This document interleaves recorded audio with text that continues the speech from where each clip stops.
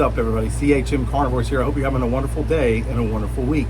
Now, if you're new to this channel, you may not know, but the whole premise behind this channel was to grow carnivorous plants on a budget and to help people, just everyday people like myself, be able to grow these plants without all the expensive bells and whistles. When it comes to carnivorous plants, the sky's the limit. You can spend as much money as you want or as little money as you want, and you don't always have to have the top stuff in order to grow these amazing plants. As a matter of fact, you can grow these in the comfort of your home, in your backyard, anywhere for a relatively cheap price. And on that vein, today we are going to talk about how to acclimate your plants, but to do so in an affordable way. You certainly can go out and you can buy all these very expensive dome covers or any sort of systems, incubators, all that stuff you want. But I'm going to show you in this video how you can get the same results just by utilizing or reusing rather some of the stuff you probably just have around your house and have the same results and get beautiful plants from it. So all that and more coming your way. See you in a minute. The first thing I'm going to show you is how to bag acclimate. Now the question we get into before I show you that is, why do we acclimate our plants? What's the reason behind it? What is the value in doing so? A lot of these plants come from growers who are growing in near 100% humidity, certainly 75, 80, 85% humidity, and they've got the technology to do so and keep airflow, all those kind of things, just to make sure nothing wet walls, things to make sure that the plants stay extremely humid, but then also don't grow any mold. The other thing is these plants are sitting in dark, drier spaces when they're being mailed for, depending on where you get them from, up to a couple days to weeks. And so it's very important that we get them back to the non-stressed out situation that they were in before they got shipped. Carnivorous plants are just like any other plants. They are hardy, but they also don't necessarily like to be moved in different places in different environmental settings too much. So what you want to do is make life as easy for them as possible. I highly recommend that you bag acclimate your plants for not only that reason, but also it helps pest control, right? Hopefully you're buying from reputable sources. If you don't know where to buy them, I've made some videos for that you can check out. But even the reputable sites sometimes will have pests. And so by acclimating those plants, you're in a way quarantining them so that just in case there is some sort of pest or some sort of fungus, you're able to catch that soon rather than later. So I'm going to show you how to bag acclimate Nepenthes first. And there's going to be in this video different types of ways to acclimate. I'm only going to do bags for Nepenthes, and I'll explain why in just a minute. So you want to just go ahead and get you a little ziplock bag, something like this that you can get at the grocery store, and it is exactly what it sounds like. You're just going to take your plant, place it in the bag. You want the plant sitting up, and what I like to do is, if the media is, I just spilled juice on my foot. If the media is a little bit dry, go ahead and give it a little spritz of water on top of the media, and then you're going to literally just close this plant up, or the bag up rather, and now you have essentially created 100% humidity. And what you can do over a period of a few days to a week is just slowly start to open this bag up a little at a time, and what that will do is it'll allow airflow into the bag. And then as you get to about a week mark, you can open it all the way, and then a few days after that you'll be able to take the bag or the plant out of the bag. This is a tried and true method. It's been done by just about every grower you can find. I highly recommend doing that, and it will help out a lot. The reason why I want to only push bag acclimation for Nepenthes is their tendrils tend to be a little bit fragile, and especially their new growth points are fragile. And it's something like putting a dome over on some of that, you can accidentally break off their growth point. It doesn't kill the plant, but it certainly will slow it down, and it will make it susceptible to stem rot. So something like a bag where you can go up from underneath will be very, very beneficial for them. Also, they're not sitting in water, they shouldn't be. And so having a bag like this allows them to have sort of a bottom there and allows that moisture content to stay in, whereas like a Drosera or Venus flytrap is going to be sitting in moisture, and so it doesn't necessarily need the bottom covered. So we've talked about Nepenthes. Now let's go ahead and look at Sundews, and let's talk about how you can acclimate them.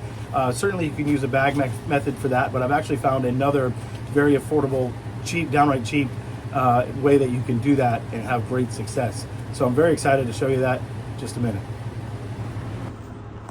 All right, so One of the cool things, what I like to do when I have seedlings is if I get like an extra small plant or XXS plant, I like to put them with a lid on one of these seedling tray lids on top of the pot. Now, if you're growing seedlings in general, you can get these off of Amazon for like 20 bucks, and they do amazing. You get like 20 of them. This is the top of a seedling tray. And so the benefit to this is you're able to, if it's something like this and you just need to generically put it over top, it's going to provide plenty of humidity. But then it also has a top lid on it where you can control the amount of airflow that goes in there. So what I will do is, as I'm growing them, or in this case I'm growing root cuttings, I will put it out with the lid closed, and I'll have 100% humidity essentially. And then as the roots start to sprout, I will start to open these vents on the top and let more and more airflow in, and then I'll start pushing the lid to the side to let more, and then in about a week I'll take them off. Now, here's a really cheap, I just got this plant in and I want to show you this. Over here is capensis lotus eater. Sorry about the cord there, but the reason why I wanted to show this is I just got this plant maybe, I don't know, an hour ago. And what I've done is I went to Target and I got these distilled water in these gallon jugs that happen to be tall, and these make an absolute perfect. They're not, listen, it doesn't look beautiful, it's not very sightly, but it was free. I bought the water anyways, and so I cut the bottom of the jug off. It fits right over top of the plant, and the cool thing is it has a screw cap on there, so in essence I can control the environment there by just simply unscrewing the lid or putting it back on.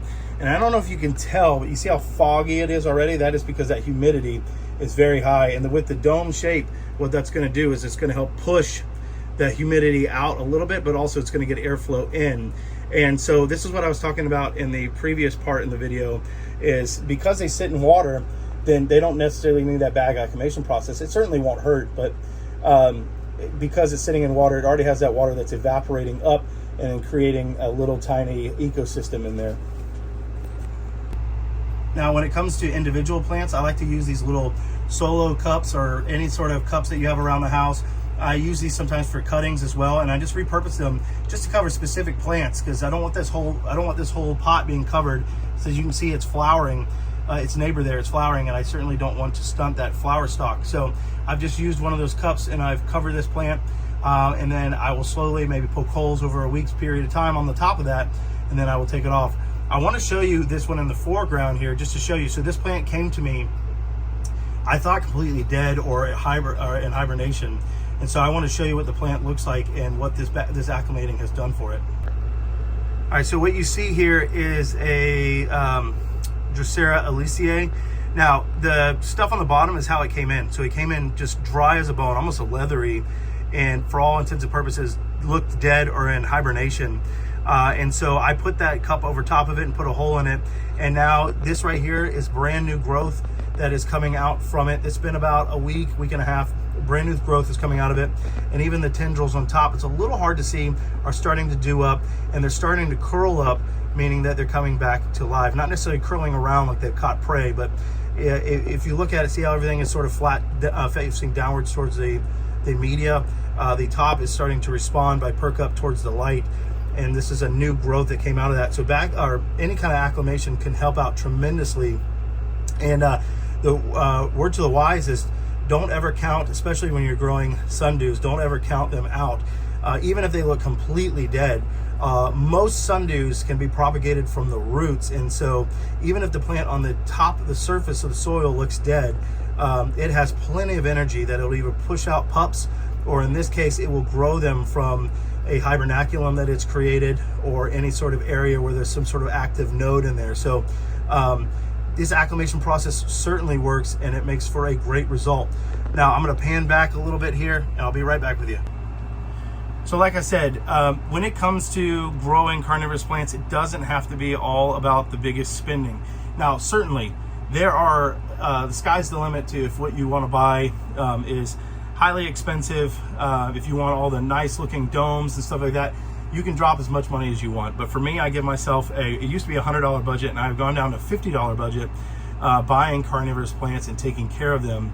And just on that small of a budget, you're able to amass quite a nice collection. And if you've seen my earlier videos, Nepenthes as well, and other carnivorous plants.